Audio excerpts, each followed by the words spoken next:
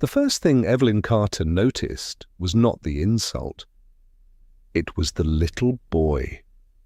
He was standing beside Vanessa Hale in a tiny navy blazer, one hand wrapped around a silver toy car, the other tucked into Vanessa's fingers as if he had done this 100 times before.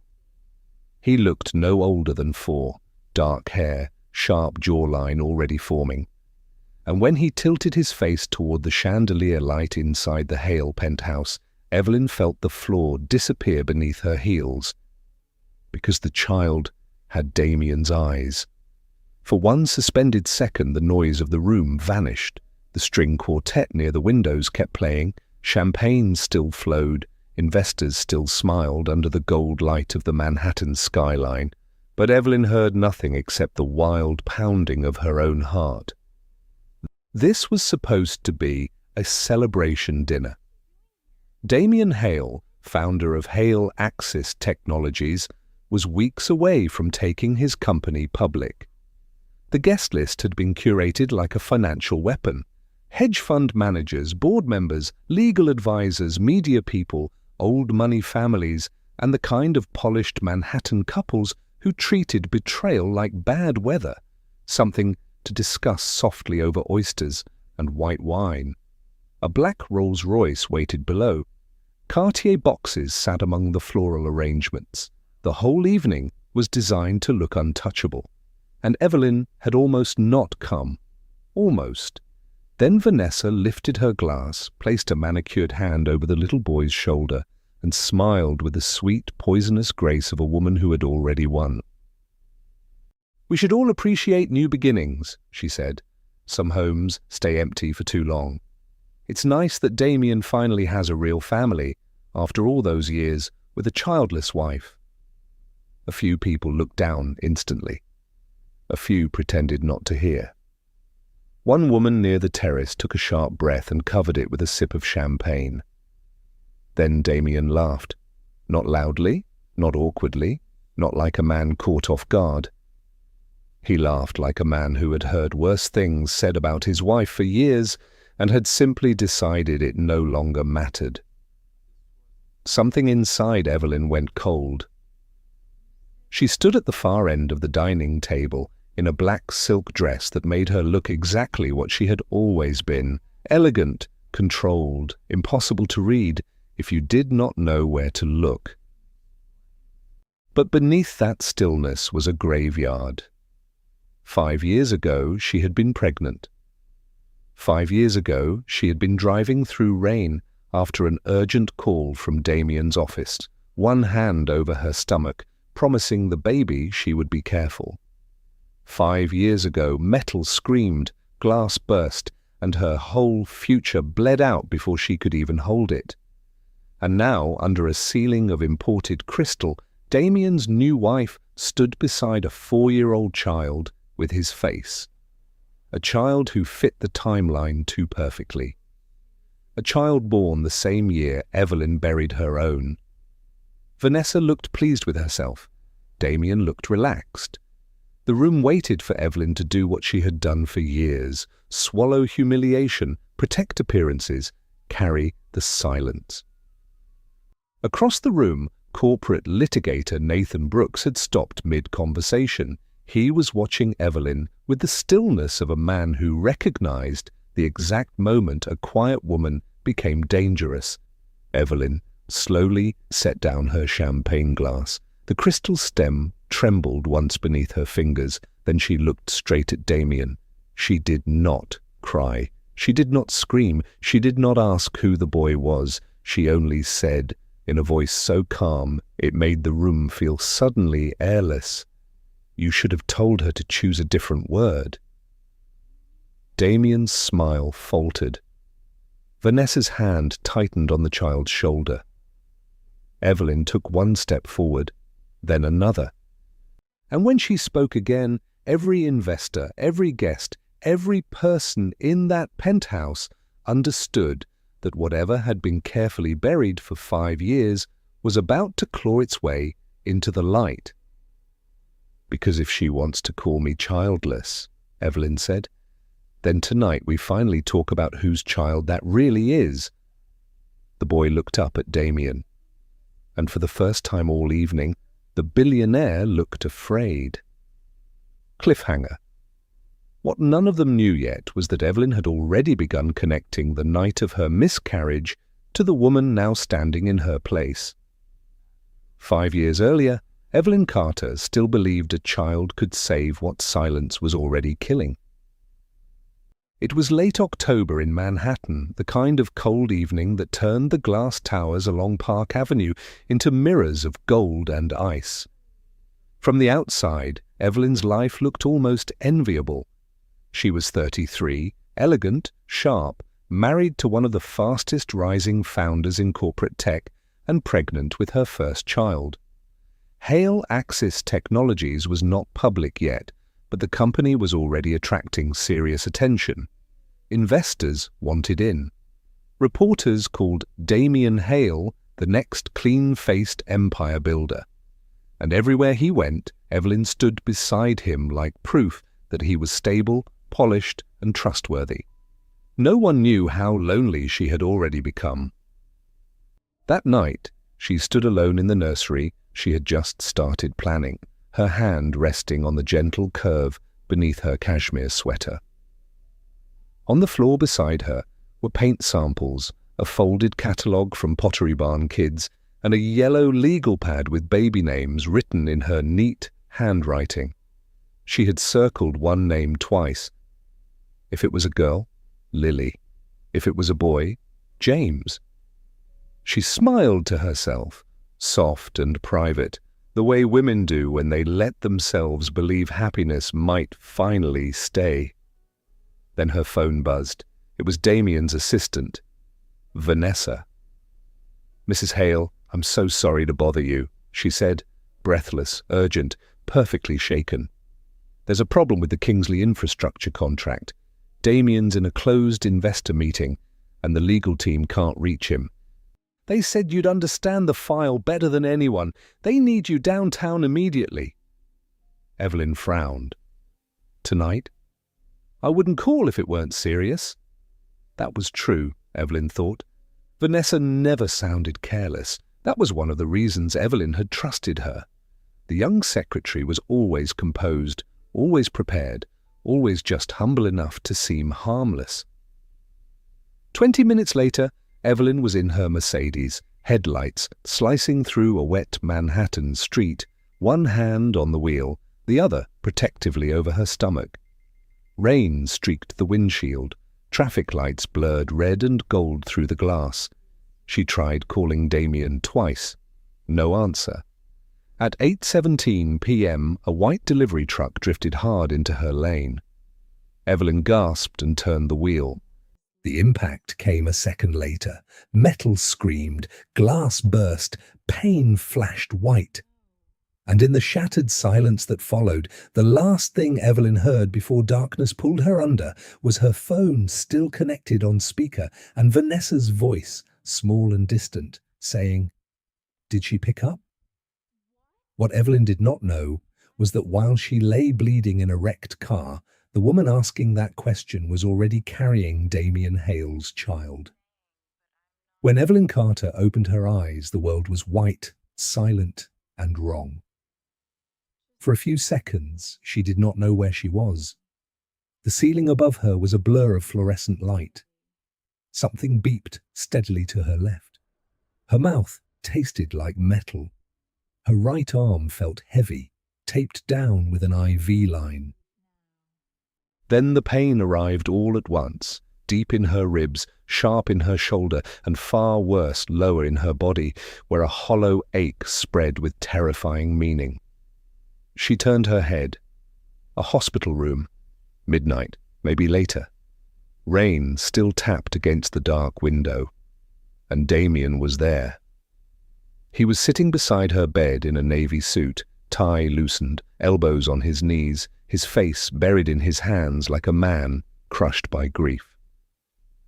When he looked up and saw her awake, his expression broke so perfectly that if Evelyn had not loved him, she might have noticed how quickly he arranged it. "Evelyn," he whispered, rushing forward. "Oh my God, you scared me to death." Her lips trembled. The baby?" Damien froze. That tiny pause would come back to haunt her years later. But in that moment she was too broken to study it. She only saw his eyes fill with tears. He took her hand carefully like she might shatter. "I'm so sorry," he said. The room went still. No scream came out of her, no dramatic collapse, just a sound so small it barely seemed human. Her fingers clutched the blanket once, then opened. She stared at the wall behind him, unable to breathe around the truth. The nursery paint samples, the names on the yellow pad, the promise she had whispered in the car, gone, all gone. Damien bent over her hand, pressing his forehead against it. "I should have been there. I should have answered. I should have protected you." And that was exactly what she needed to hear. She cried without sound for several minutes, tears sliding into her hairline, her body too weak for anything bigger. Damien stayed close, saying all the right things. That none of this was her fault, that they would try again, that he loved her, that losing the baby did not mean losing their future. At 1:12 a.m. there was a knock on the door. Vanessa stepped inside, carrying a paper cup of coffee and a cardigan folded over one arm. Her face looked pale, shaken, concerned in exactly the correct proportions. "I'm so sorry," she said softly from the doorway.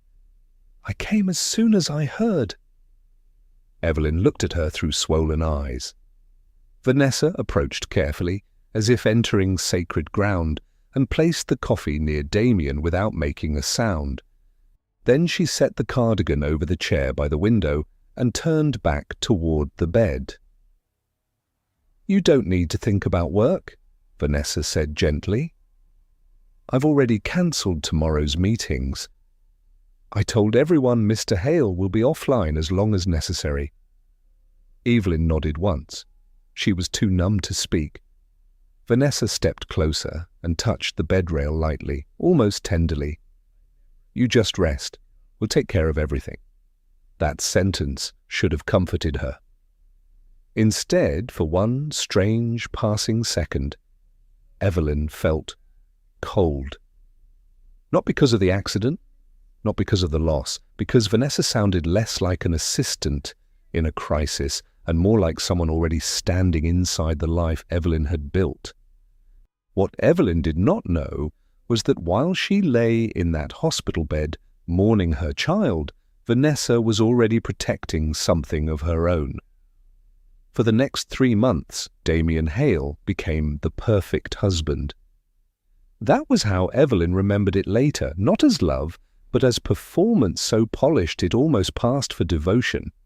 He brought flowers to the apartment every Friday, always white lilies because he remembered she once said roses felt too loud. He cancelled public dinners, ignored networking events, and sat beside her on the couch at night while untouched tea went cold on the coffee table. He lowered his voice, he softened his hands. He looked at her with the tender exhaustion of a man grieving the same child. And Evelyn, raw with loss, let herself believe that tragedy had stripped them back to something honest. She stopped asking why he had missed her calls that night. She stopped wondering why Vanessa had reached her before he did. Grief does strange things to intelligent women. It doesn't make them weak. It makes them tired. Tired enough to accept comfort without examining where it comes from. By December, Christmas lights had wrapped themselves around the trees outside their Park Avenue building, and Hale Axis was moving faster than ever. Damien called it a critical quarter. Investors were circling, analysts were paying attention. His company had not gone public yet, but the language around it had changed. No one said startup anymore. They said trajectory, scale, positioning, future. And still somehow Vanessa stayed close. At first it seemed reasonable. She was Damien's executive assistant. She managed schedules, filtered calls, handled board packets, and made sure every moving piece of his expanding life stayed in place. Evelyn had trusted her before the crash, and after the crash, trust felt easier than suspicion. Vanessa sent flowers, checked in by text, dropped off contracts for Damien's signature with quiet sympathy and lowered eyes. She never overstepped in obvious ways. She was too smart for that. But little things began to collect. One afternoon, Evelyn walked into Damien's home office carrying soup and found Vanessa there alone, standing behind his desk with his laptop open. She looked up too quickly, then smiled. "I was just printing tomorrow's investor brief," she said. Evelyn nodded, but her gaze drifted to the extra phone charger plugged into the wall near the credenza. It was not Damien's model, not hers either. Another evening during a charity dinner at the plaza, Vanessa approached Damien to whisper something in his ear. It should have looked professional. It almost did. But Damien's expression changed before he spoke. Too familiar, too immediate, the face of a man responding from instinct rather than office habit. Vanessa stepped back at once, composed as ever. Yet the air between them had already shifted, and Evelyn felt it. Then came the scent, a soft perfume on Damien's coat one rainy night in January. Not hers, not hotel soap. Something warm, expensive, unmistakably feminine. She asked no questions, not because she was blind, because somewhere deep inside, Evelyn already knew that if she pulled one loose thread, the whole marriage might come apart in her hands. So she stayed quiet. And Damien, seeing that silence, grew bolder. By February, he was taking more late meetings. Vanessa was copied on more private emails. Their son had died before he was born, and yet another life, hidden, disloyal, and growing in secret, was already taking shape around the edges of Evelyn's grief. What Evelyn could not yet see was that while she was mourning the child she lost, Vanessa was already making room for the family she meant to steal. The truth about that night did not come back to Evelyn all at once. It returned in fragments. A ringing phone, rain on glass. A red light smeared across a windshield, a voice that sounded urgent, breathless, frightened enough to bypass reason. For years, she had remembered the accident the way trauma often preserves pain, not as a sequence, but as impact. The fear, the turn of the wheel, the crushing blow against metal, the terrible emptiness afterward. She had told herself the rest no longer mattered. What mattered was that her baby was gone, her body had failed, and life had moved on without asking whether she was ready. But now, standing in Damien's penthouse 5 years later with Vanessa's little boy only a few feet away, memory began rearranging itself into something sharper. That night had started with a lie. Evelyn could see it now. She had been home in cashmere socks, sitting cross-legged on the nursery floor, reviewing contract language for Damien as a favour she no longer even thought to call unpaid labour. Her phone buzzed at 7:42 p.m. Vanessa's name flashed across the screen. Not Damien, Vanessa. When Evelyn answered, Vanessa sounded panicked. "There's a serious issue with Kingsley," she had said. "Damien can't step out of the investor dinner. Legal says the signatures might be wrong. If this isn't fixed tonight, the deal could collapse." The Kingsley contract was one of the biggest infrastructure partnerships tied to Hale Axis's expansion. Evelyn had personally helped structure the liability protections behind it. Vanessa knew that. Damien knew that. No one else in the company understood the file the way she did, or so she believed. Now, 5 years later, that belief made her stomach turn because she remembered another detail. When she grabbed her coat and rushed downstairs, Damien's car was not in the garage. He had told her that morning he would be at an investor dinner across town, arriving in his own car, staying late, unreachable except for emergencies. Yet somehow Vanessa already knew he could not answer.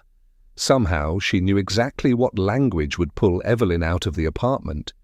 Somehow she knew Evelyn would go herself instead of sending revisions by email. The rain had been hard that night. Slick streets, low visibility, a bad night to rush. At 8:14 p.m., just 3 blocks from the Midtown office, a white panel truck had appeared in her side mirror. At first, it stayed back. Then it moved closer. Too close. Evelyn remembered gripping the wheel harder. She remembered thinking the driver was impatient, distracted, dangerous. At the next light, the truck slid into the lane beside her, then drifted halfway over the line, forcing her toward the median. She had hit the horn. The truck kept coming. Then her phone lit up again through the rain-dark car. Vanessa calling. That part had been buried the deepest. Evelyn had glanced down for one fatal second. Just one. Long enough to see Vanessa's name.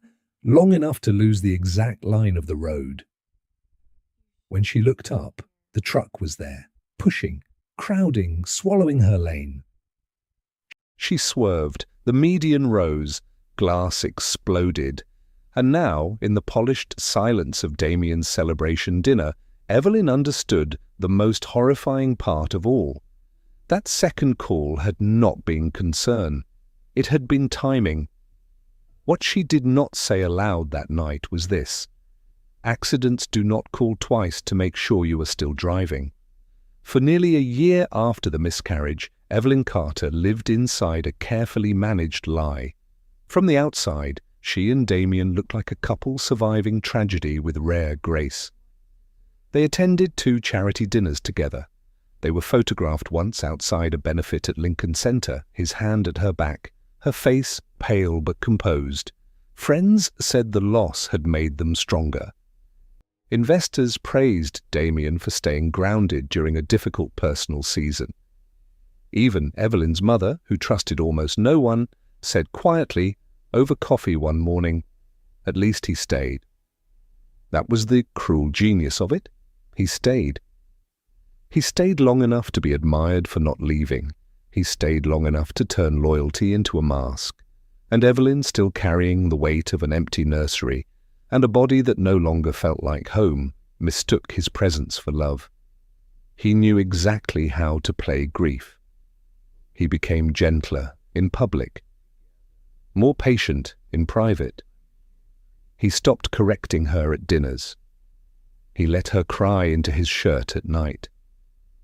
When she woke from dreams of blood on glass and a baby she never got to hold, he pulled her close and whispered that they would try again when she was ready. He learned the language of mourning the way ambitious men learn anything useful, quickly, precisely, and only as far as it served them. At work, Hale Axis kept expanding. The company moved into a bigger office in Midtown, glass-walled and expensive, the kind of place built to impress analysts before a single number was ever proven. Damien said the next 18 months would define everything. He was chasing infrastructure contracts, defense-adjacent storage deals, and city partnerships worth millions. Every meeting mattered, every image mattered, every rumor mattered even more. And that, Evelyn would understand much later, was why he could not afford to lose her then. She was not just his wife. She was credibility. Her family name opened doors in New York, Washington, and Boston that Damien could not have entered alone. Her father had spent 30 years in corporate banking. Her uncle sat on 2 transportation boards. Her law degree, her political polish, and her ability to make uneasy people feel reassured had softened more negotiations than Damien ever admitted. Behind closed doors, she reviewed language, flagged risks, and introduced the right people without ever asking for credit.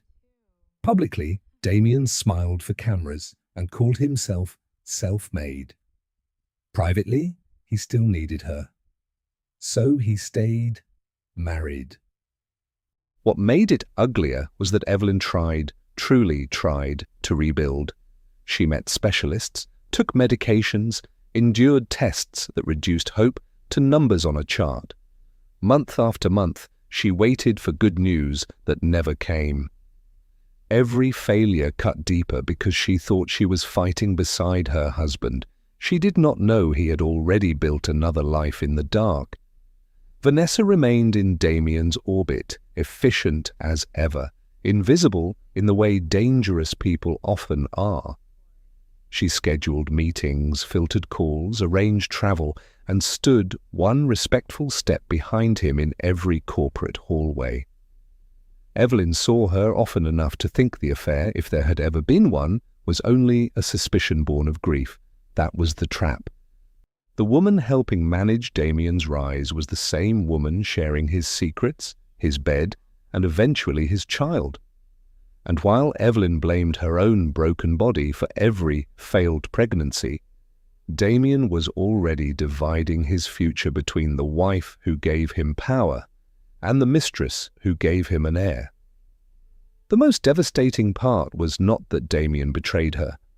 It was that he used her heartbreak to hide how long the betrayal had already been happening. By the spring after Evelyn's miscarriage, Vanessa Hale disappeared from the office for 6 weeks. No announcement, no farewell lunch, no explanation that made sense. Damien told people she was helping coordinate a West Coast expansion project from Los Angeles. The board accepted it because Damien had already trained them to accept whatever kept momentum moving. Assistants changed, calendars shifted, investor calls stacked one over another. Hale Axis was growing fast enough that gaps could be hidden inside ambition. In companies built on speed, missing pieces do not always raise alarms. Sometimes they simply become part of the machinery. Evelyn noticed the absence immediately. Not because Vanessa mattered to her, but because before the disappearance, Vanessa had been everywhere. She had become the quiet pulse behind Damien's days, the woman who knew which signatures he was avoiding, which meetings he wanted moved, which donors required personal attention, which board member needed flattery before numbers.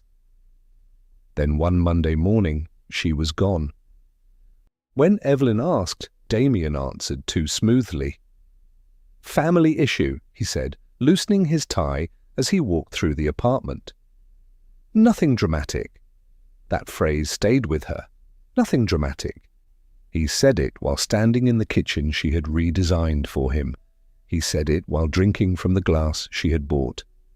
He said it to the wife whose body was still trying to heal from something dramatic enough to divide her life into before and after.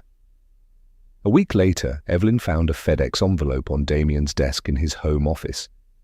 It was overnighted from California, marked personal and confidential.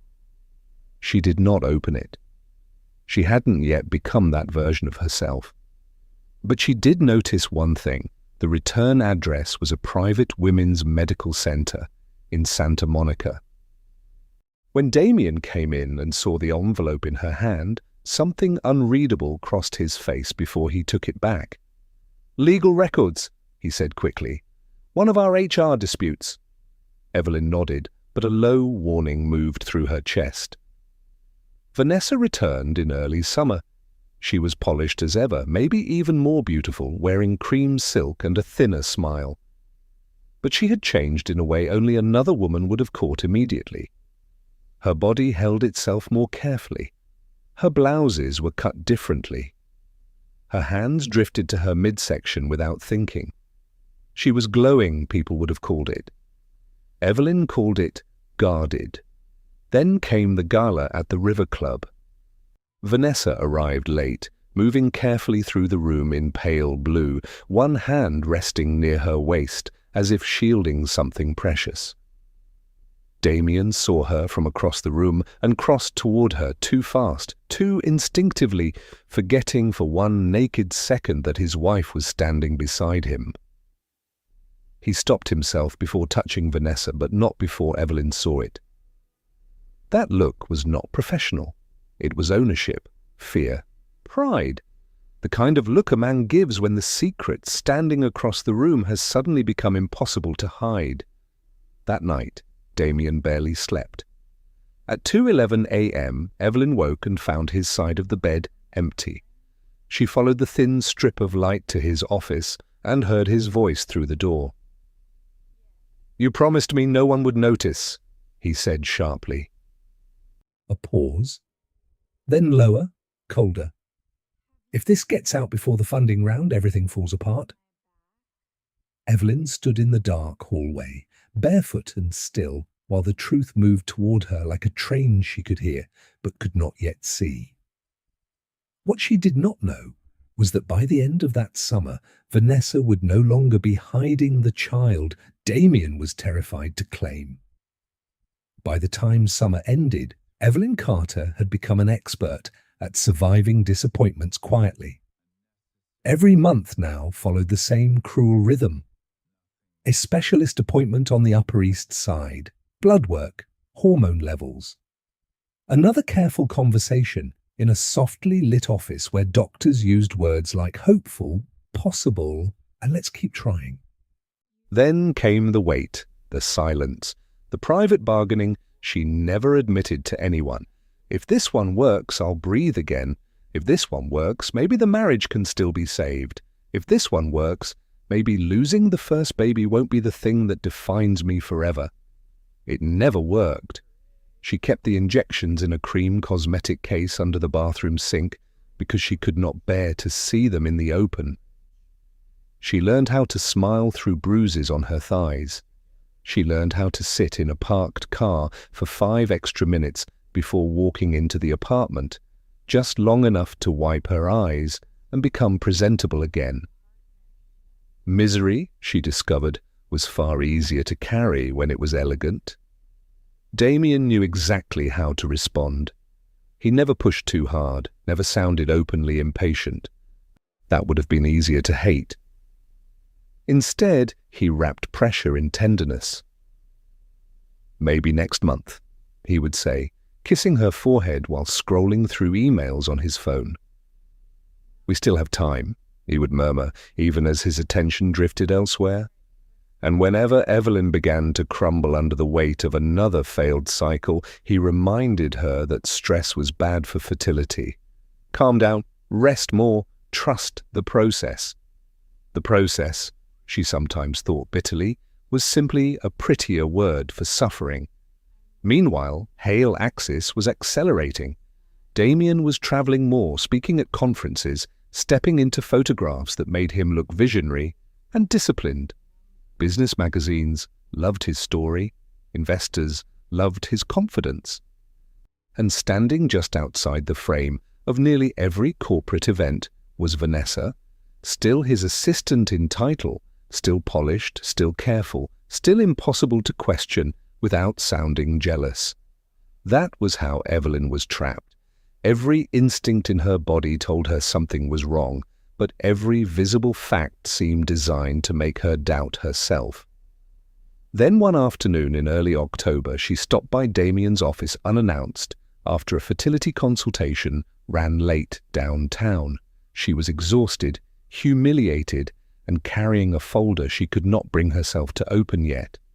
The reception area was nearly empty. Most of the executive floor had already cleared out. As she approached Damien's corridor, she heard laughter behind the partially closed conference room door. Vanessa's laugh. Then Damien's voice, lower, warmer than it had sounded with Evelyn in months. Evelyn stopped. She told herself to keep walking, to open the door, to act like a wife with nothing to fear. But before she moved, Vanessa stepped out first, one hand unconsciously resting against the front of her tailored coat. The gesture lasted barely a second, but Evelyn saw it, and in that instant, every failed pregnancy, every unanswered call, every soft lie Damien had fed her over the past year gathered into one terrible thought. What if I was never the woman he was waiting to have a child with? Inside the room, Damien looked up and saw Evelyn standing there. And for the first time in a very long time, he looked like a man caught too late. After that moment outside the conference room, Damien changed tactics. He did not deny what Evelyn had seen. Men like Damien rarely lied in direct lines when softer manipulation worked better.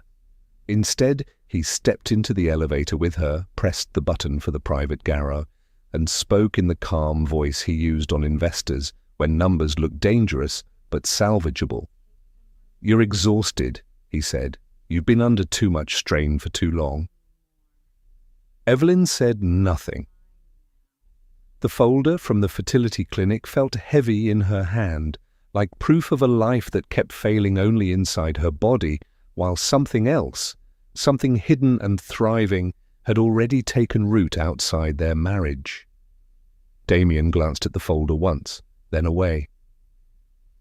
This isn't a good time for suspicion. That word landed harder than a slap. Not pain. Suspicion. As if her grief had made her irrational, as if the loneliness, the missed calls, the perfume, the vanished assistant, the hand on Vanessa's stomach, all of it belonged to her imagination instead of his betrayal. When they reached the garage, Damien opened the passenger door of her car himself, still playing the role of careful husband. "Get some rest," he said. "We'll talk tonight." They did talk that night. But not about Vanessa, not really.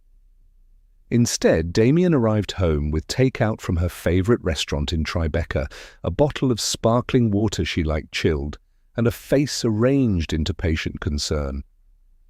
He listened while Evelyn finally asked the question she had been avoiding for months. "Are you involved with her?" He did not answer immediately. He loosened his cufflinks, set down his phone, walked to the window overlooking Park Avenue, and stayed there long enough to force her heartbeat higher. Then he turned. "Vanessa has been useful during a difficult period," he said. "Useful."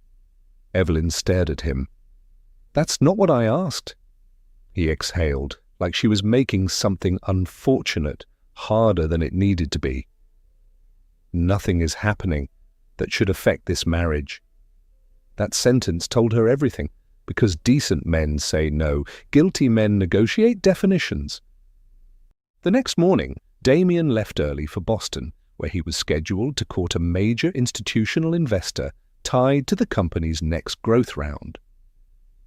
Hale Axis was moving toward the threshold that would change everything. The bankers were circling, the analysts wanted stability, the board wanted discipline, and Damien wanted a clean public image more than he wanted honesty.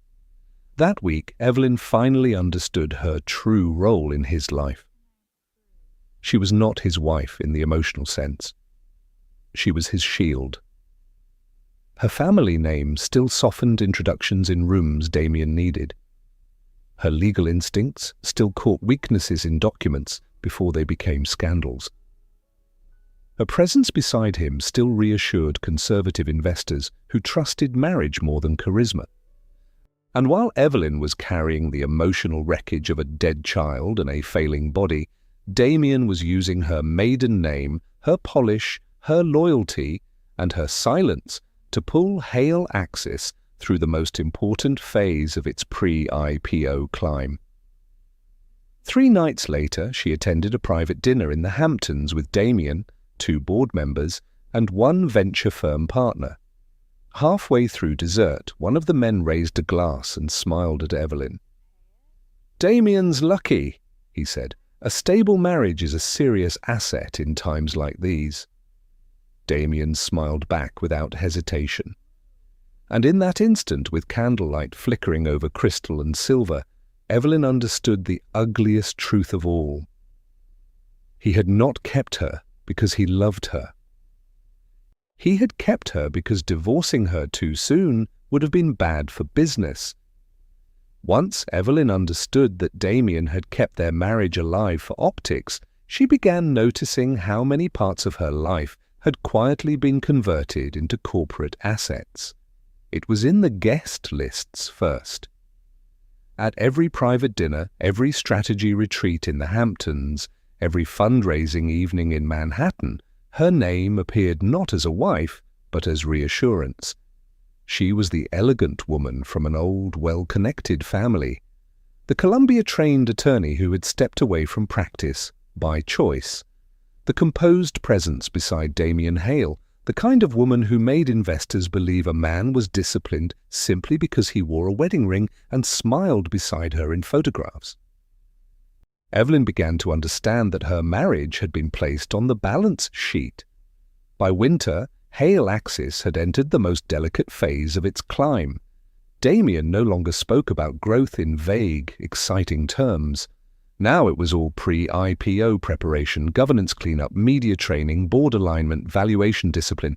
Bankers came and went from the Midtown office. Consultants with sharp haircuts and sharper invoices filled conference rooms. Every email seemed marked urgent. Every conversation could affect the future price of the company.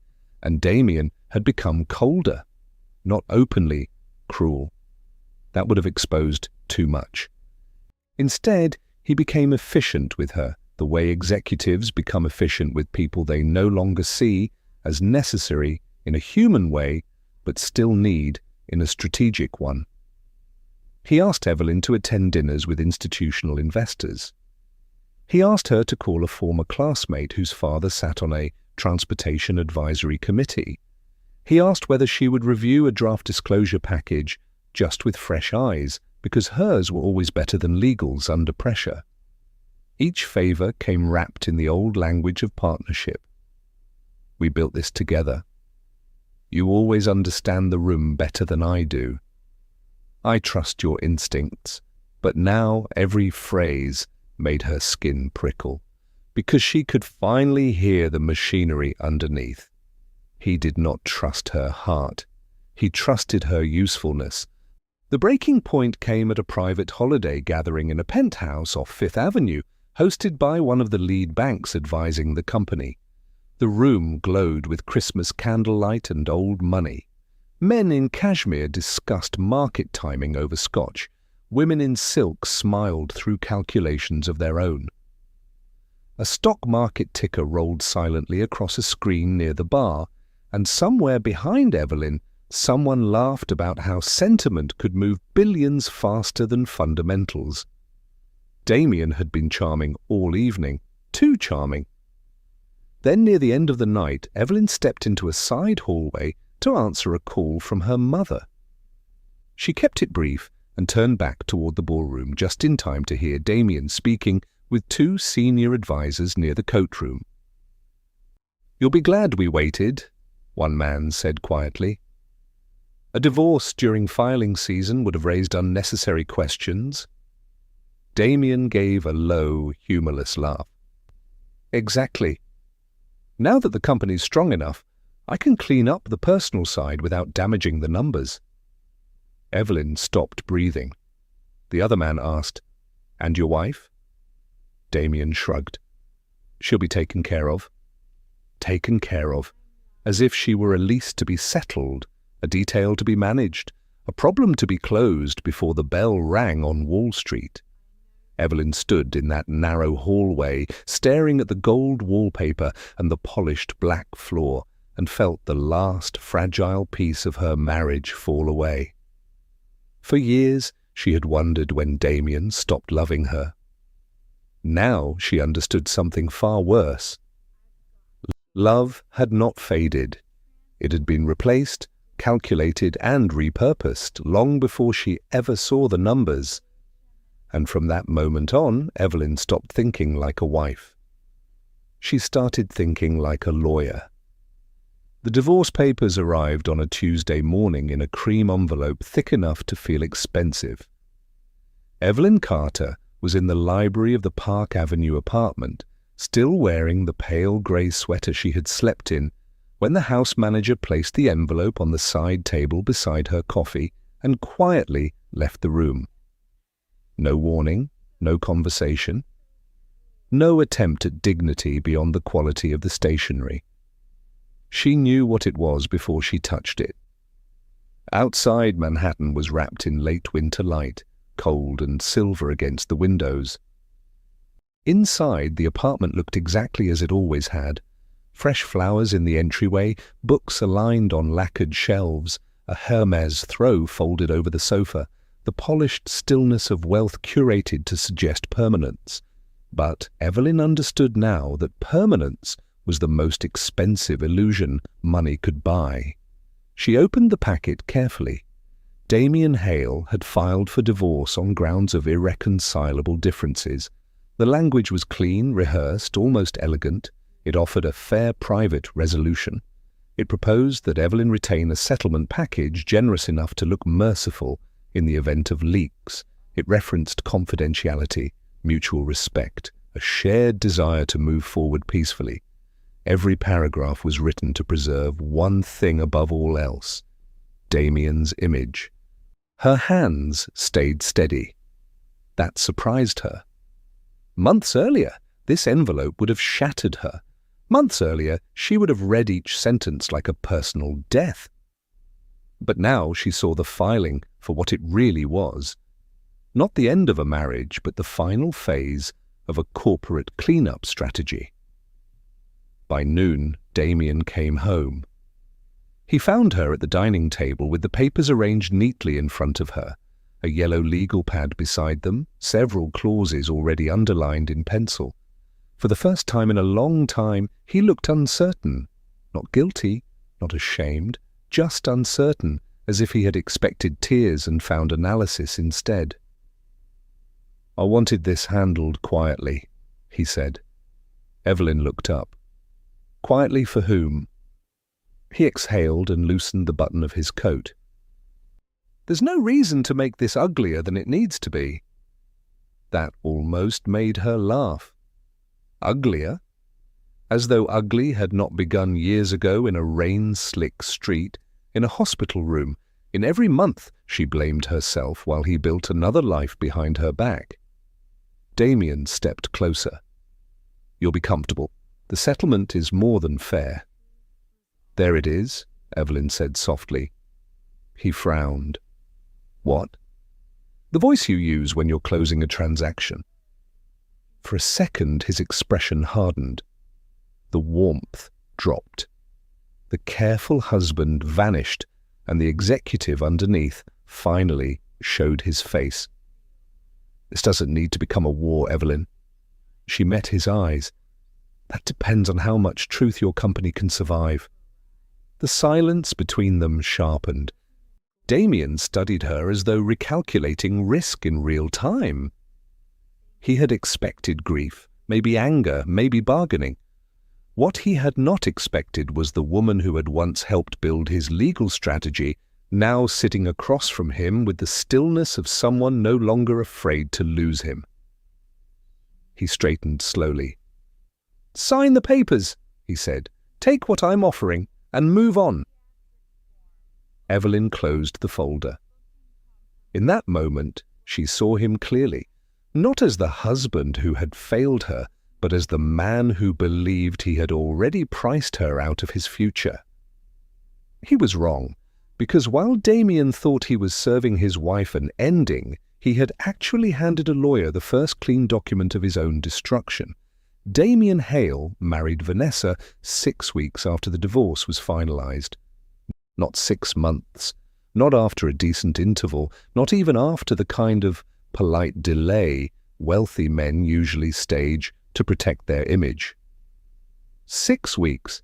That was how little shame remained once he believed he had already won. The wedding took place at a private estate in the Hamptons, under a white canopy filled with garden roses and imported peonies, the kind of ceremony designed to look intimate while costing more than most people earned in a year. The guest list was smaller than Evelyn expected, but smarter. Damien had learned from the divorce: no unnecessary witnesses. No old family friends who might compare timelines too closely. No one from Evelyn's side of life. Only board-friendly couples, carefully selected investors, 2 magazine people, a lifestyle photographer, and a circle of social allies willing to applaud whatever version of the truth money presented first. By then, the photos had already begun spreading online. Vanessa in ivory silk, Damien in custom black tuxedo. A caption about second chances and building a future with honesty, love, and family. Family. That word hit Evelyn harder than the wedding itself. She was sitting alone in her temporary apartment near Central Park West when the first image reached her phone. A friend did not send it. Friends had grown cautious around her grief. It came through a business contact who added only one sentence. "I thought you should see this before the press spins it." Evelyn opened the article and saw the image that froze her blood. Vanessa was holding the little boy's hand. The same child from the penthouse dinner, the same dark eyes, the same face that carried Damien's features too clearly to be dismissed as coincidence. This time, there was no cover story about a distant relative or a private family matter. This time, the child stood between them in a matching cream jacket, while the headline praised Damien for embracing fatherhood in a new chapter of life. A new chapter. Evelyn stared at the screen until the words blurred, because nothing about that child was new. If the boy was 4 now, then he had been conceived while Evelyn was still pregnant, while she was buying paint samples, while she was making room in her heart and body for the baby she never got to hold. While Damien was kissing her forehead, telling her to rest, telling her they would get through it together. She set the phone down, then picked it up again. Her hand did not shake. That was what changed everything. There had been a time when this would have broken her in half. A time when seeing Damien marry the woman he had hidden would have sent her into bed for days, replaying every humiliation until it hollowed her out. But pain had shifted shape. It was no longer soft enough to collapse. It had become sharp, organized, useful. By evening, every outlet Damien cared about had posted some version of the same lie: visionary founder, beautiful new wife, adorable son, stable future. The market liked family men, analysts liked order, investors liked stories that felt complete. Damien thought the wedding had cleaned up his past. He did not understand that by placing that child beside him in public, he had done something far more dangerous than insulting Evelyn. He had confirmed the timeline. And for a woman who had finally stopped mourning like a wife and started thinking like a lawyer, a confirmed timeline was not heartbreak. It was evidence. The morning after Damien's wedding photos spread across every business page that mattered, Evelyn Carter stopped being reactive. She became deliberate. Until then, pain had been arriving faster than thought.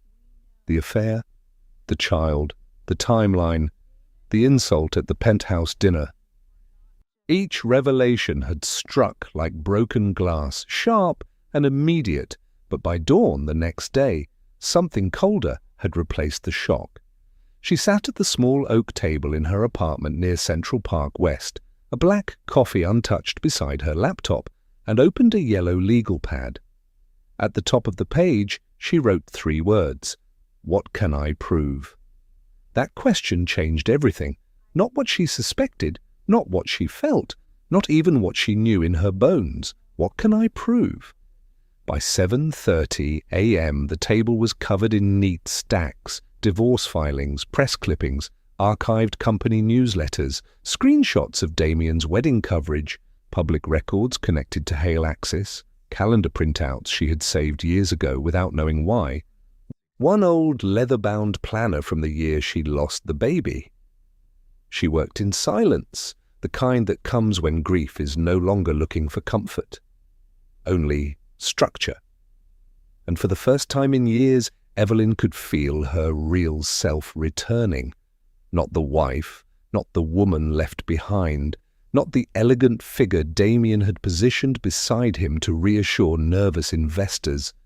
The lawyer. She built the timeline first: her pregnancy, the accident, Vanessa's sudden disappearance from the office, the California medical envelope, the late-night phone call Damien thought she had not heard, the little boy's age, the wedding photos that now turned rumor into visible chronology. By noon, the pattern no longer looked tragic. It looked engineered. At 1:14 p.m., Evelyn placed a call she had avoided for years. Nathan Brooks answered on the second ring.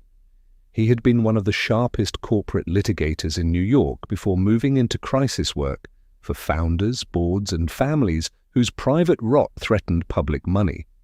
He also happened to be one of the few men Damien still treated with caution.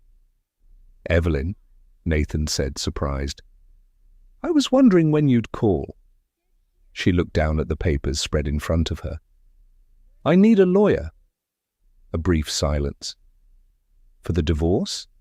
"No," she said. "For what came before it." Nathan did not interrupt. That alone steadied her. She told him only the essential facts: the affair's timeline, the child, the accident, the suspicious call, the company's dependence on her family's influence during pre-IPO positioning. She kept her voice calm, clean, precise. Nathan asked almost nothing for the first 3 minutes. Then he said the one sentence that made her sit back in her chair. "If the public story and the private timeline are different," he said, "then Damien may have built part of his valuation on a lie." There it was, not heartbreak, not revenge, exposure. Because if Damien had hidden material personal entanglements while using the image of a stable marriage to protect investor confidence, then this was no longer just a failed relationship. It was risk, governance, disclosure, liability. By the end of the call, Nathan had agreed to meet her that evening at his Park Avenue office. When Evelyn hung up, she looked around the room she had once thought was the evidence of her exile. Now it looked different. Not like the place where Damien had left her. Like the place where he had finally lost control of the narrative. And as sunlight shifted across the papers on her table, Evelyn realized the most dangerous thing about the truth was not that it hurt. It was that once organized, it could move. Nathan Brooks's office on Park Avenue looked exactly the way power preferred to present itself: quiet, expensive, and impossible to rattle. The reception area was lined with dark walnut, soft leather, and framed abstracts in muted grays. No unnecessary decoration, no family photos, no clutter. The entire place suggested the same message Nathan himself did. If something came into this office broken, it would either be fixed or finished. Evelyn arrived at 6:40 p.m. carrying a black portfolio case and 3 years of buried fury. Nathan met her himself.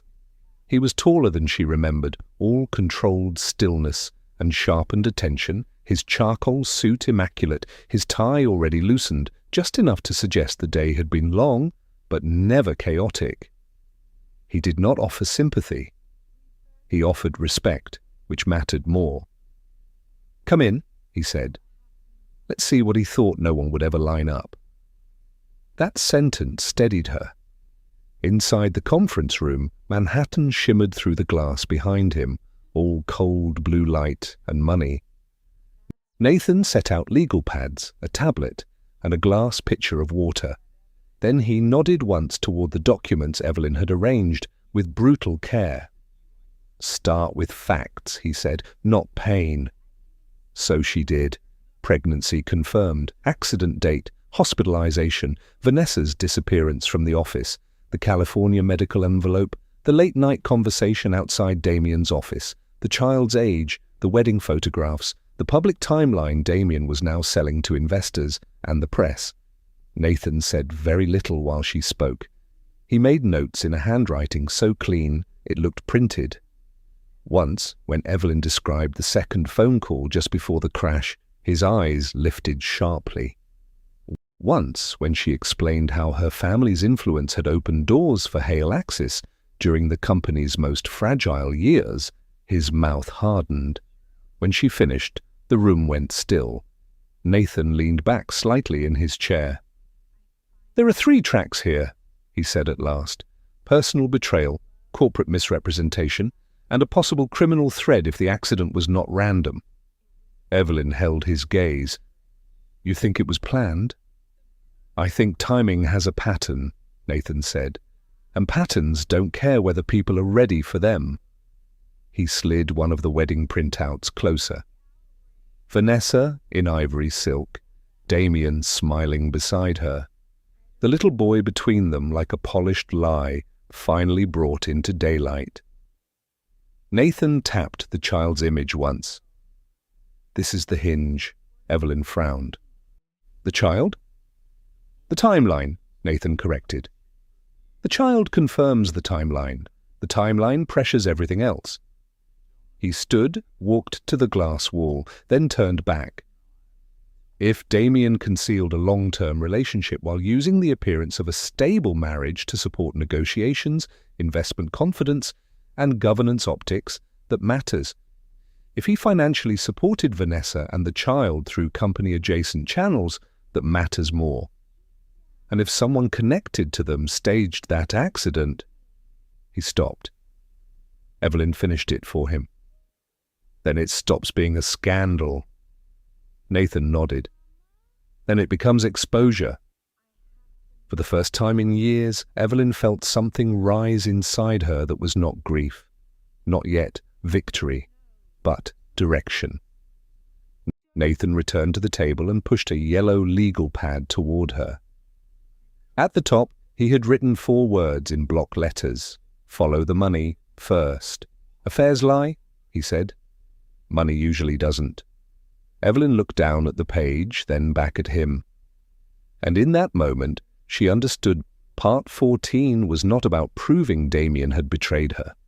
It was about proving he had built an empire while hiding exactly who he really was. The first real crack in Damien Hale's empire did not come from a witness. It came from an expense report. 3 days after meeting Nathan Brooks, Evelyn sat in a private records room on the 22nd floor of Brooks Mercer LLP, surrounded by banker boxes, scanned disclosures, and procurement ledgers pulled from Hale Axis filings, archived reimbursements, and vendor payment summaries.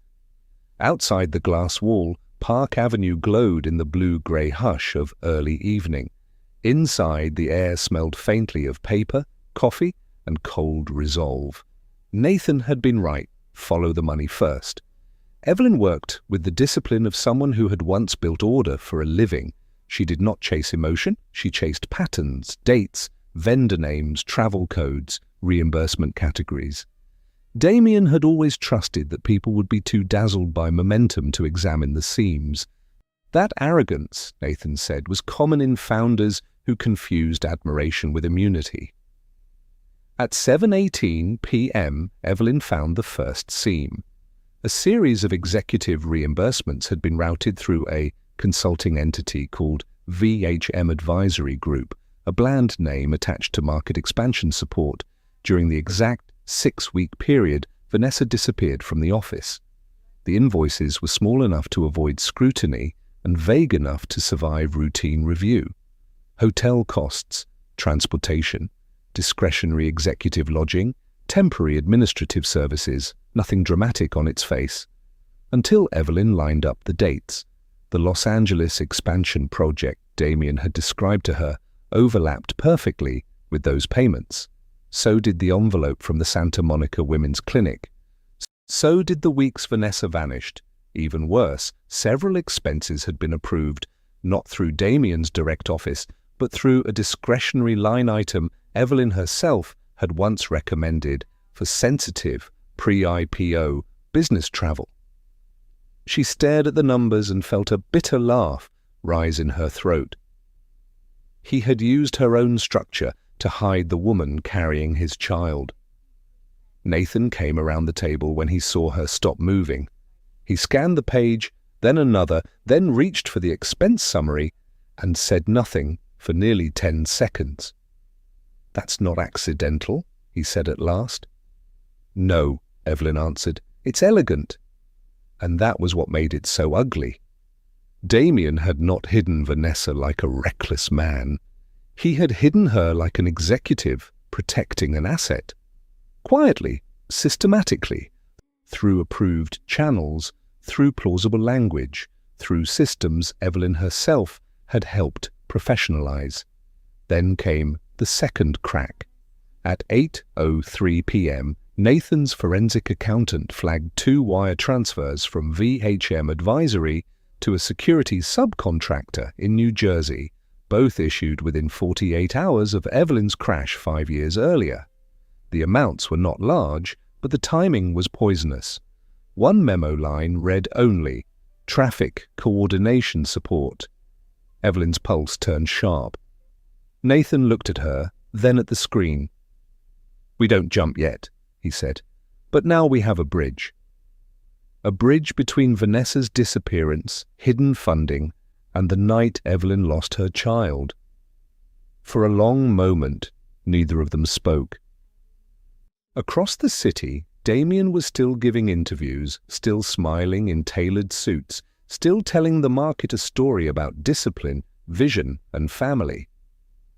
He had no idea that in a quiet room above Park Avenue, the woman he thought he had discarded was tracing the architecture of his betrayal back to the numbers that kept his company alive.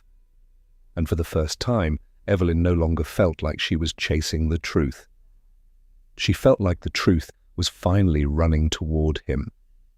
By the second week of digging, Evelyn Carter finally found the piece that turned suspicion into a timeline no decent lawyer could ignore.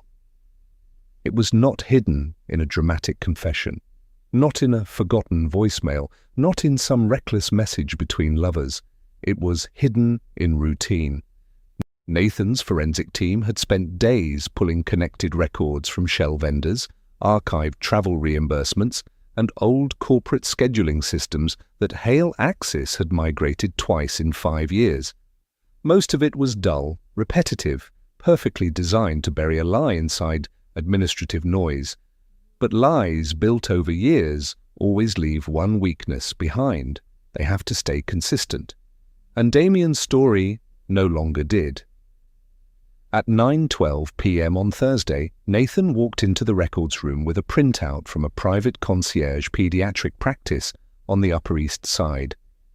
He placed it beside Vanessa's public wedding photographs, then beside a scanned invoice from VHM Advisory, then beside a recovered calendar block Damien's team had failed to fully scrub from an old server. Evelyn looked down and felt the blood leave her face. The pediatric intake form listed the boy's date of birth. Not approximately. Not age 4. The exact date. Evelyn did the math in less than 2 seconds. The child had been born just over 8 months after her miscarriage, which meant Vanessa had already been pregnant while Evelyn was still carrying her own baby. For a long moment, the room seemed to narrow around that fact alone. Nathan did not soften it. "This confirms overlap," he said quietly. "Not rumor, not inference, overlap." Evelyn stared at the page. While she had been planning a nursery, Vanessa had already been carrying Damien's child. While she had been bleeding in a hospital bed, the woman standing in her doorway with coffee and false concern had already been protecting a future of her own. While Damien had promised they would try again, he had known another child was already on the way. That should have been the worst part. It wasn't. Because Nathan's team had found something else.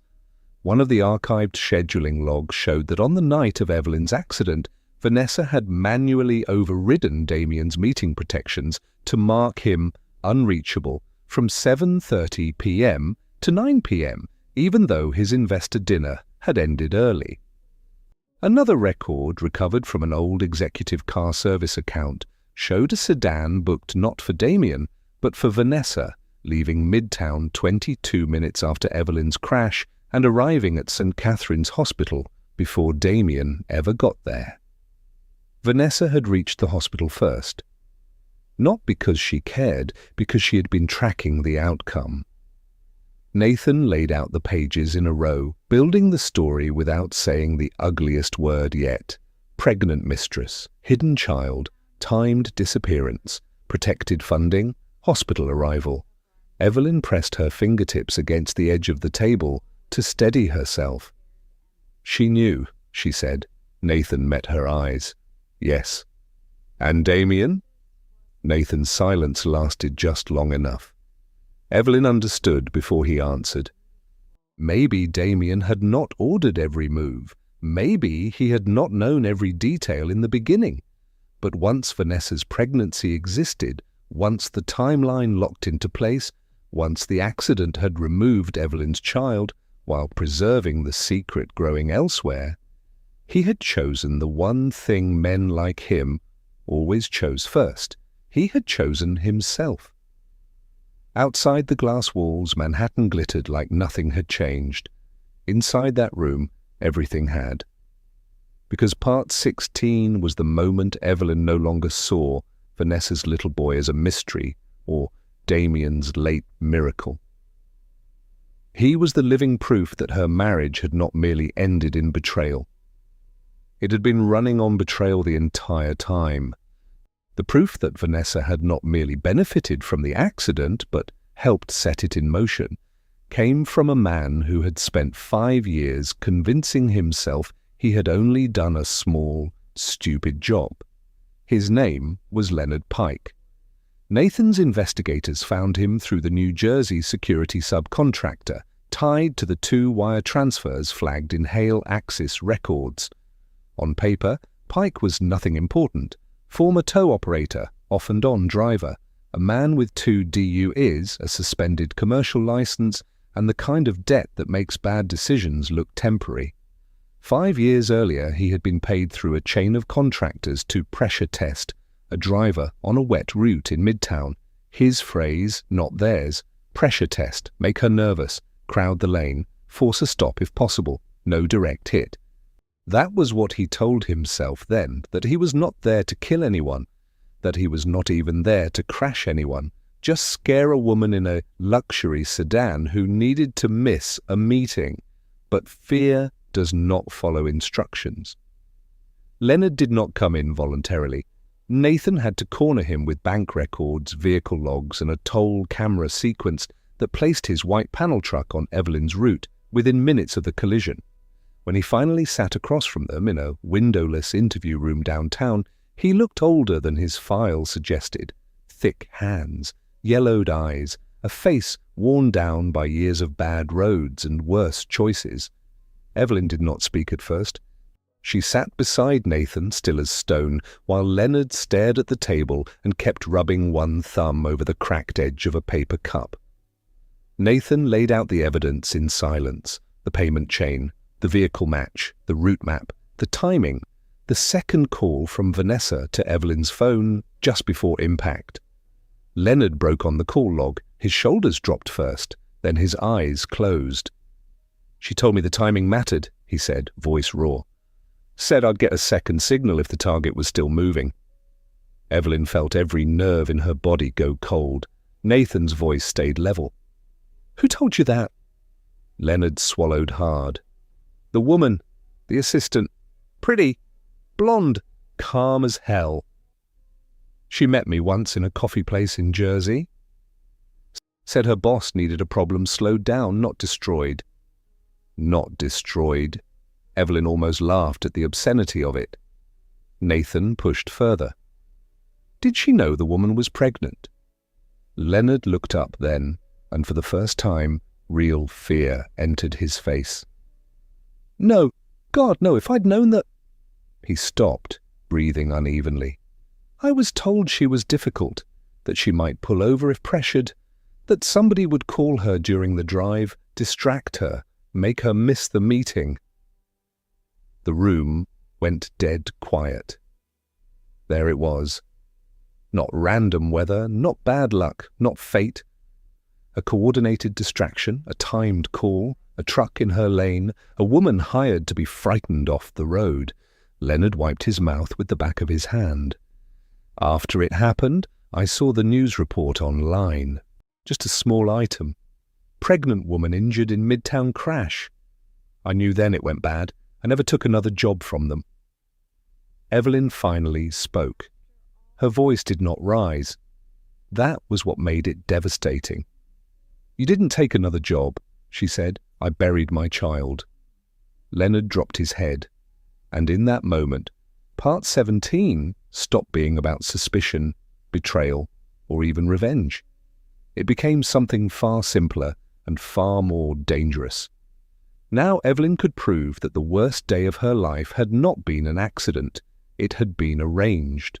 The collapse did not begin with a scream. It began with a meeting notice. At 6:10 a.m. on Monday, every voting member of the Hale Axis board received an emergency calendar invite marked Governance Review, immediate attendance required. By 8 o'clock, the executive conference room on the 39th floor of the Midtown Tower was sealed behind glass. Security had been quietly increased, and Damien Hale walked in expecting a discussion about market volatility.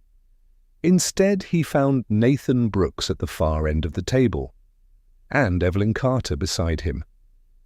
For the first time in years, she was not sitting in the room as Damien's wife, his social polish, or his invisible legal instinct. She sat there as the woman who knew exactly how his empire had been built and exactly where to cut. Damien stopped cold. 2 board members avoided his eyes. The lead banker from the IPO team looked grim. Independent counsel had a binder open in front of her, tabbed in red. On the wall screen behind them, frozen in clean black text, was a heading that stripped every ounce of glamour from his carefully curated life. Potential disclosure failures, misuse of corporate funds, and exposure related to executive conduct. Damien's jaw tightened. "What is this?" Nathan did not answer immediately. He let the silence do its work. Then he clicked the remote once. The first slide appeared. Reimbursements routed through VHM advisory during Vanessa's disappearance from the office. Click. Private medical travel. Click.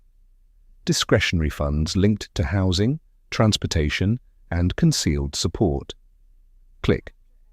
The child's confirmed birth date. Click. A side-by-side timeline showing Evelyn's pregnancy, the crash, Vanessa's pregnancy, and Damien's concealed relationship. No one in the room spoke. The second banker lowered his pen very slowly, as if sudden movement might make the whole thing worse. Damien looked at Evelyn. "You brought this here?" She held his gaze. "No, you brought it here. I just stopped carrying it for you." That landed harder than the documents. Independent counsel leaned forward. "Mr. Hale, we also have records suggesting company-adjacent entities were used to conceal personal expenditures tied to a subordinate with whom you appear to have had a long-term, undisclosed relationship during critical governance and financing periods." Damien recovered fast, because men like him always do at first. "This is a private matter being repackaged as corporate risk." Nathan slid a second binder across the table. "Not after the accident," he said. Damien's hand froze before touching it. Inside were the wire transfers, the New Jersey subcontractor chain, the toll camera logs, the call record from Vanessa to Evelyn seconds before the crash, and Leonard Pike's signed statement. Not a final criminal judgment. Not yet. But more than enough to terrify a board preparing for public offering. The room changed. Private scandal could sometimes be survived. A possible coordinated attack tied to executive misconduct could not. One board member, a man who had toasted Damien in the Hamptons just months earlier, spoke first. "Did you know about this?" Damien said nothing, and that was the answer. By 9:14 a.m., trading rumors had already begun to leak through analyst channels. By 9:47, the lead bank paused final IPO, scheduling pending internal review. By 10:05, the board voted to place Damien on immediate leave as CEO. He stood when the vote was read, pale with rage. "You're making a mistake." Nathan stayed seated. Evelyn did too. "No," she said quietly. "The mistake was thinking the truth would stay buried just because I was the one bleeding." And as Damien looked around that polished room and realized no one was rising to save him, the man who had spent years controlling the narrative learned the one thing he never prepared for. When a quiet woman finally brings the receipts, even billion-dollar rooms go silent. Vanessa Hale did not stand beside Damien once the board turned on him. She ran. Not publicly, not in some dramatic hallway scene with cameras and tears. Vanessa was too polished for that, too trained, too aware that optics mattered even during collapse.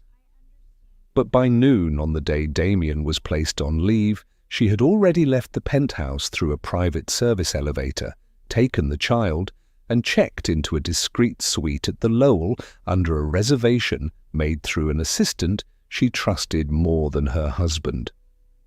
That was how Evelyn knew the marriage had never been built on love, only leverage. By late afternoon, the news cycle had sharpened. Business outlets were still cautious, using phrases like governance concerns and leadership review, but the social pages were faster and crueler. Old wedding photos resurfaced, timelines were questioned. Commentators who had once admired Vanessa's perfect transition into family life now picked apart every caption, every date, every carefully staged image of domestic bliss. The same people who had praised her for bringing warmth to Damien's world were suddenly asking how long she had been in it. Damien spent those hours in damage control, calls to bankers, calls to outside counsel, calls to 2 board members who no longer answered, calls to Vanessa. She answered the 4th time. Nathan later obtained the summary through discovery, but even before that, Evelyn could imagine the tone perfectly. Damien, furious. Vanessa, cold. Each of them finally speaking to the other, without romance, without performance, without illusion. "You said this was contained," Damien snapped. Vanessa laughed once, and it was not the sweet laugh she used in crowded rooms. "Contained? You let your ex-wife walk into that boardroom with enough documentation to freeze your entire IPO. "My ex-wife?" he shot back. "You were the one who hired that idiot driver." A silence followed, the kind that tells the truth before words do. When Vanessa spoke again, her voice had turned razor-thin. "I hired someone to scare her. You were the one who kept taking my calls, my body, my child, and then went home to use her family name like it belonged to you. By evening, they were no longer allies. They were co-defendants in spirit, if not yet on paper." Vanessa wanted protection for herself and her son. Damien wanted containment. Vanessa threatened to release messages proving he had known about the child for years. Damien threatened to cut off every financial structure that had kept her hidden, housed, and polished. Each of them had entered the marriage believing they were the smarter predator. Now, with the lights on, they looked exactly what they were, 2 ambitious people who had mistaken conspiracy for loyalty. Evelyn did not need to watch them self-destruct in person. She felt no hunger for that kind of spectacle anymore. What satisfied her was something deeper. For 5 years, Damien and Vanessa had thrived by making her carry the weight of silence. They built a future on her grief, her restraint, and her dignity. And now the very secrets they had forced her to absorb were turning on them with perfect justice. Because by the end of that night, Damien had lost the board, Vanessa had lost the mask, and the only thing still standing between them was a child, innocent enough to expose exactly how guilty they both were. 3 months after Damien Hale was forced out of Hale Axis, Manhattan looked the same. The glass towers still caught the morning sun. Black cars still lined Park Avenue. Women in long coats still crossed Fifth Avenue, carrying coffee and ambition in the same hand. But for Evelyn Carter, the city no longer felt like a place where she had been erased. It felt like somewhere she had finally returned to herself. The investigations were still moving through their formal channels, but the outcome was already clear enough to matter. Damien's IPO was dead. The board had replaced him with interim leadership, and publicly committed to a full governance restructuring. 2 of the contracts he once bragged about lost momentum once his name stopped opening doors. Vanessa had retreated completely from public life. The social circles that once praised her elegance now treated her like a cautionary tale whispered over lunch at private clubs. Neither of them vanished in one dramatic instant. Their punishment was slower than that and more fitting. They had built their life on image. So image was the first thing to die. Evelyn did not spend those months chasing headlines. Instead, she built something. With Nathan's quiet legal guidance and the backing of 2 women from her family's philanthropic network, she launched a foundation focused on fertility trauma, pregnancy loss, and legal advocacy for women financially trapped in marriages built on coercion, image, and silence. It was not flashy. No ballroom reveal. No dramatic magazine profile. Just a clean office near Madison Avenue, a serious board, a clear mission, and work that mattered more than revenge ever could.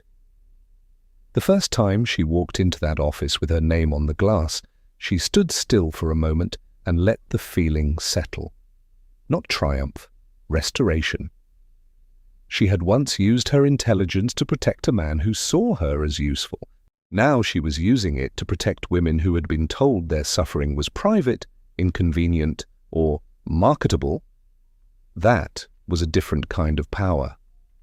The kind no one could borrow from her again. Nathan remained steady through all of it. He never crowded her grief. Never tried to claim the role of savior. He respected her mind first, her strength second, and only when the dust had fully settled did he allow tenderness to enter the spaces between them. It happened quietly, the way real things often do. A late dinner after a board meeting, a walk through Central Park under October leaves, a pause outside her building that lasted longer than either of them planned. "Are you happy?" he asked one night. Evelyn looked at him, then at the city beyond his shoulder. "For the first time in a long time," she said, "I'm honest." Nathan smiled at that, like he understood it was a bigger answer than happiness. He proposed 6 months later at a private terrace dinner overlooking the skyline she once thought had watched her lose everything. No crowd, no photographer, no performance, just candlelight, a quiet ring box, and a man who asked nothing of her except the truth. Evelyn said yes with tears in her eyes and peace in her voice. Not because marriage had saved her, but because this time love arrived after justice, not instead of it. And that was the ending Damien and Vanessa never imagined. They thought childless meant empty, discarded, finished. But Evelyn had learned something deeper. A woman is not defined by what was taken from her. She is defined by what she becomes after she survives it. So, that's how the story comes to an end.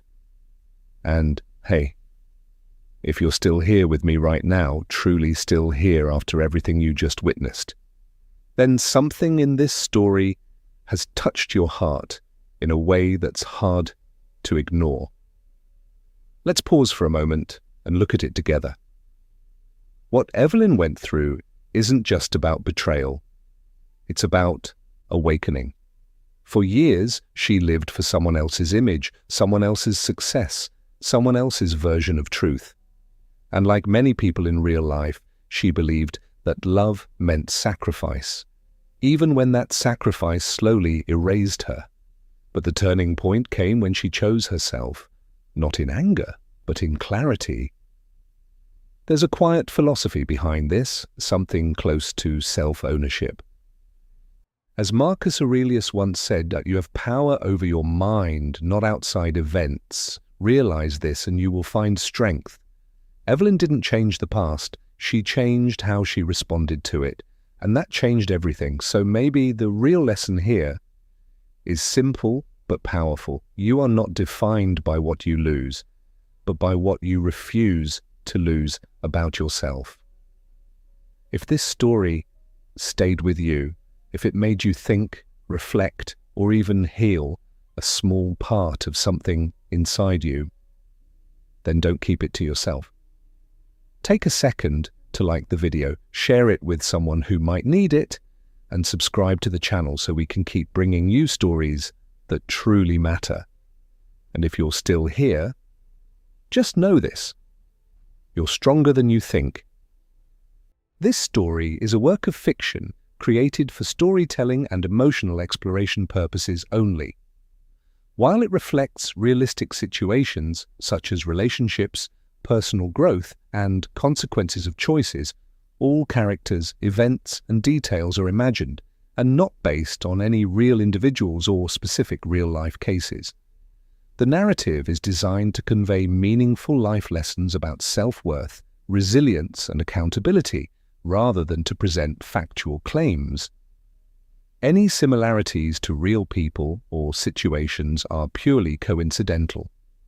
The intention of this content is to inspire reflection, emotional connection, and personal growth in viewers, while remaining within appropriate storytelling and community guidelines